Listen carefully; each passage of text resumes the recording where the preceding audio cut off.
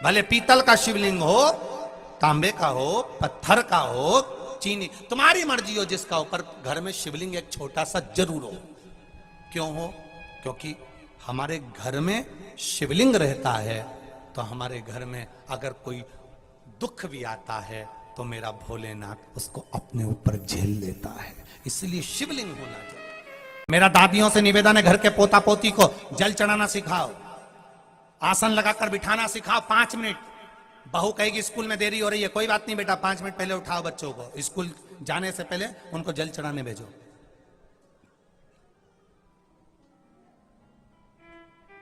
School जाएगा ना, उसके पहले जल चढ़वा। मंदिर नहीं जा सकता तो सूर्य नारायण को जल चढ़ा,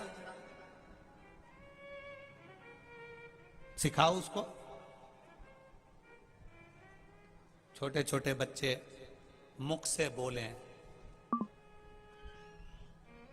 श्री शिवाय, जम के बोलो जरा, श्री शिवाय नमस्तुभ्यम। कि बैसाख महीने में अगर शिवरात्रि पड़े और उस शिवरात्रि पर एक कलश का पात्र, लोटा तांबे का या मिट्टी में रखा हुआ जल पात्र में लेकर एक बेलपत्र का छोटा सा भाग उसमें छुआया हुआ, और फिर निवेदन कर रहा हूं, अगर बेलपत्र उस दिन नहीं मिले तो पात्र लेकर चले जाना मंदिर में।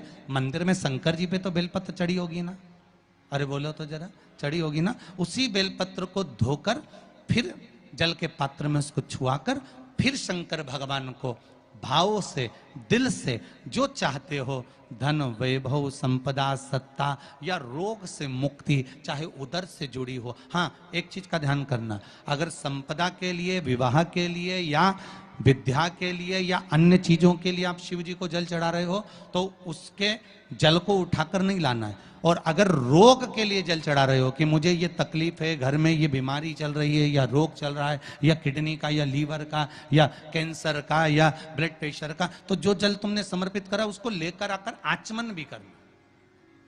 कौन से दिन? जम के बोलो जरा। शिवरात्रि, शिव महापुराण की कथा कहती है, मंगलवार को अगर शिव जी के मंदिर में, शंकर के मंदिर में जाकर 1 लोटा पानी चढ़ाया जाता है तो हमारे कार्य में उन्नति होती है। जाकर जल चढ़ाएंगे।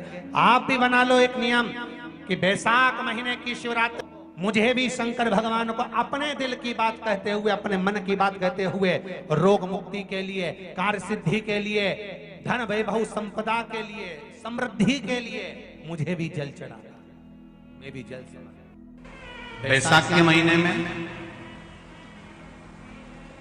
बेलपत्री की जड़ के नीचे, बेलपत्री के वृक्ष के नीचे 1 लोटा पानी चढ़ाने का नियम है। रोज नहीं चढ़ा सकते, सोमवार की सोमवार चढ़ाओ।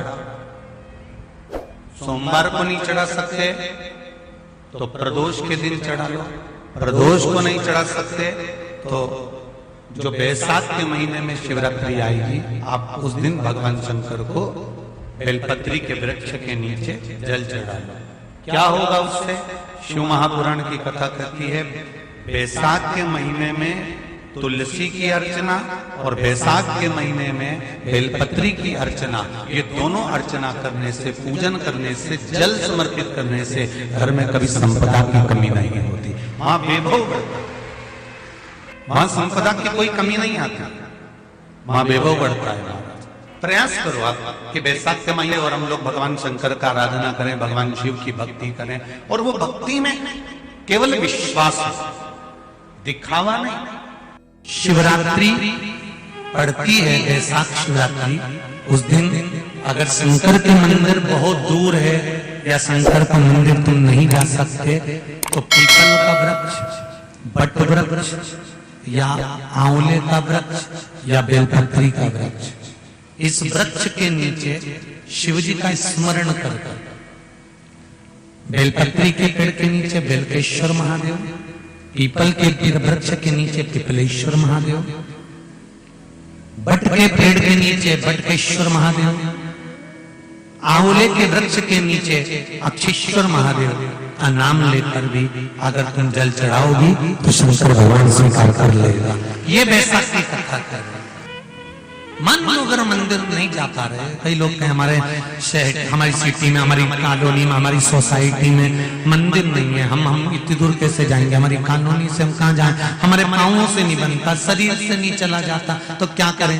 तो आप शंकर जी का ध्यान कर कर किसी भी पीपल, आंवला, बड़ या बेल पत्र के पेड़ के नीचे भी अगर जल चढ़ाएंगे, शिव स्वीकार कर लेगा, शंकर उसको पाएगा, ये पक्का है। शिव का स्मरण, वो बैसाख महीने की शिवरात्रि है, जिसका जल मात्र आचमन कर लेने से ही रोग मिट जाते हैं, काम, तृष्णा, लोभ, आसक्ति ये सब समाप्त की ओर जाती है। साथ में जिस कार्य के लिए शंकर जी को जल चढ़ाया जाता है, वो कार्य सफल हो जाता है।